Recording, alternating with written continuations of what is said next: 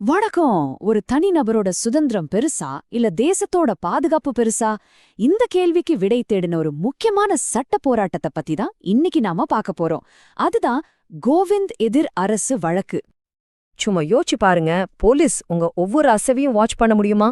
நீங்க எங்க போறீங்க, என்ன பண்றீங்கன்னு உங்க வீட்டுக்குள்ள வந்த வேவு பார்க்க அவங்களுக்கு உரிமை இருக்கா? கரெக்டா இந்த கேள்வியை தான் 1975ல கோவிந்த் அப்படிங்கிற ஒருத்தர் கேட்டாரு.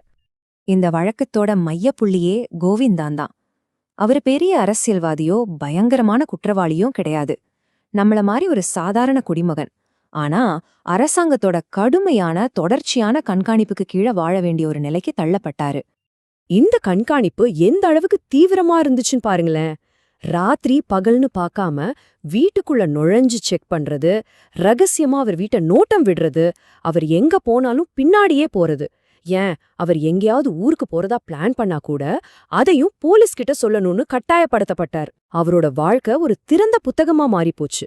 இதனால சமூகத்துல அவரோட பேரும் கெட்டுப்போச்சு. சரி, இப்போ இந்த கேஸோட முக்கியமான பிரச்சனைக்கு வருவோம். அரசாங்கம் பண்ணின இந்த விஷயங்கள் எல்லாம் குற்றத்தை தடுக்கிறதுக்காகவா இல்ல ஒரு குடிமகனை துன்புறுத்துறதுக்காகவா? ரெண்டு பக்கமும் ரொம்ப வலுவான வாதங்கள் இருந்துச்சு. ஒரு பக்கம் கோவிந்த், இது என்னோட தனிப்பட்ட சுதந்திரம், நான் எங்க வேணாலும் போறதுக்கான உரிமை, என்னோட வீட்டோட புனிதம், இது எல்லாத்து மேலயும் நடத்துற தாக்குதல்னு வாதிட்டாரு. ஆனா இன்னொரு பக்கம் அரசாங்கம், இல்ல, கோவிந்த் ஒரு ஆபத்தான கிரிமினல், பொதுமக்களோட பாதுகாப்புக்காக அவரை கண்காணிக்கிறது ரொம்ப அவசியம்னு சொல்லுச்சு. இது தனிமனித சுதந்திரத்துக்கும் சமூக பாதுகாப்புக்கும் நடுவுல நடந்த ஒரு கிளாசிக் சண்டையா மாறிடுச்சு. இந்த வழக்கிலேயே ரொம்ப ரொம்ப முக்கியமான சட்ட கேள்வி இதுதாங்க. இந்திய அரசியலமைப்பு சட்டத்துல தனி உரிமை, அதாவது ரைட் டு பிரைவசின்னு ஒரு உரிமை இருக்கா? ஏன்னா அரசியலமைப்புல தனி உரிமைங்கிற வார்த்தையை நேரடியா எங்கேயுமே குறிப்பிடப்படல. அப்ப கோர்ட் இந்த உரிமையை எங்கிருந்து கண்டுபிடிச்சாங்க? அப்போதான் கோர்ட் ஆர்டிகிள் 21 கையில எடுத்தாங்க. இந்த ஸ்லைட்ல இருக்கிற மாதிரி இந்த பிரிவு ஒவ்வொருத்தரோட உயிருக்கும் தனிப்பட்ட சுதந்திரத்துக்கும் உத்தரவாதம் கொடுக்குது. கோர்ட் ஒரு கேள்வி கேட்டாங்க. அரசாங்கத்தோட தலையீடு இல்லாம ஒருத்தர் தன்னோட வாழ்க்கைய வாழ்ற உரிமைதானே தனிப்பட்ட சுதந்திரம், அதுதானே தனி உரிமை அப்படின்னு. அந்த வார்த்தைக்குள்ளதான் தனி உரிமை ஒளிஞ்சிருக்குன்னு கோர்ட் கண்டுபிடிச்சாங்க. இப்போ இந்த ஸ்லைட்ல இருக்கிற கோர்ட்டோட இந்த வரிகளை பாருங்களேன், எவ்ளோ பவர்ஃபுல்லா இருக்கு. போலீஸ் நினைச்ச நேரத்துல ஒருத்தரோட வீட்டுக்குள்ள நுழையறதுக்கு எதிரா அவரோட பிரைவசிய பாதுகாக்கிறது தான் ஒரு சுதந்திரமான சமூகத்தோட அடிப்படைன்னு சொன்னாங்க. இது பிரைவசிங்கிற விஷயத்த ஒரு சாதாரண உரிமையிலிருந்து ஒரு அடிப்படை தத்துவமா மாத்திடுச்சு. ஆனா இதுல ஒரு சின்ன ட்விஸ்ட். இந்த தனியுரிமைக்கான உரிமை 100% முழுமையானது இல்லன்னும் கோர்ட் தெளிவா சொல்லிட்டாங்க.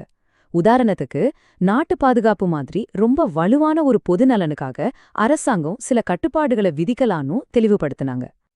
சரி, ஒரு பக்கம் தனிமனித உரிமை, இன்னொரு பக்கம் அரசாங்கத்தோட கடமை. இது ரெண்டையும் கோர்ட் எப்படி பேலன்ஸ் பண்ணாங்க? அந்த சட்டத்தை முழுசா தூக்கி எறியாம ரொம்பவே புத்திசாலித்தனமா ஒரு தீர்வை கண்டுபிடிச்சாங்க. கோர்ட் ஒரு சூப்பரான வழிய கையாண்டாங்க. சட்டத்தை அப்படியே ரத்து பண்ணாம அதோட அதிகாரத்தை குறைச்சாங்க. இத ரீடிங் டவுன் த லான்னு சொல்லுவாங்க. அதாவது, இந்த போலிஷ் சட்டம் ஒரு பெரிய மீன் வலை மாதிரி இருக்கு. இதுல எல்லா சின்ன மீனும் சிக்குது. இனிமே சமூக பாதுகாப்புக்கு ரொம்ப தெளிவான ஆபத்து இருக்கிற பெரிய மீன்களை பிடிக்க மட்டும்தான் இந்த வலையை பயன்படுத்தணும்னு ஒரு புது கண்டிஷன் போட்டாங்க. கடைசியா தீர்ப்பு நாள் வந்துச்சு.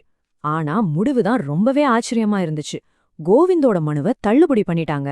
ஆனா அந்த தோல்விக்குள்ளதான் ஒரு மிகப்பெரிய வெற்றி ஒளிஞ்சிருந்துச்சு. அந்த தீர்ப்பு இந்திய சட்ட வரலாற்றைய மாத்தப் போற ஒரு தாக்கத்தை ஏற்படுத்துச்சு. ஆமா, நீங்க கேட்டது சரிதான்.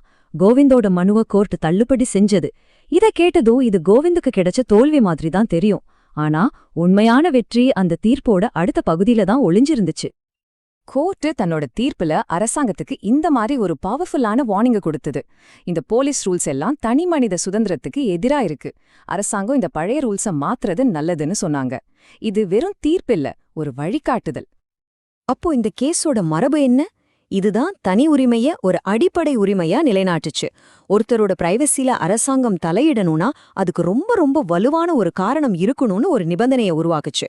அது மட்டும் இல்லாம காலத்துக்கு ஒத்து வராத இந்த மாதிரி கண்காணிப்பு சட்டங்களோட ஆபத்துகளையும் இது வெளிச்சம் போட்டு காட்டுச்சு. 1975ல கோவிந்த் கேட்ட ஒரு கேள்வி இன்னைக்கு நம்ம டிஜிட்டல் உலகத்துல ரொம்பவே முக்கியமானதா இருக்கு. சோஷியல் மீடியா, டேட்டா கலெக்ஷன்னு நம்மள சுத்தி எந்நேரமும் ஒரு கண்காணிப்பு இருக்கு. அப்போ தனிப்பட்ட தனியுரிமைக்கும் சமூக பாதுகாப்புக்கும் நடுவுல இருக்கிற அந்த கோட்டையை நாம இன்னைக்கு எங்க வரைய போறோம்? இதை நாம ஒவ்வொருத்தரும் நம்மகிட்டயே கேட்டுக்க வேண்டிய ஒரு கேள்வி.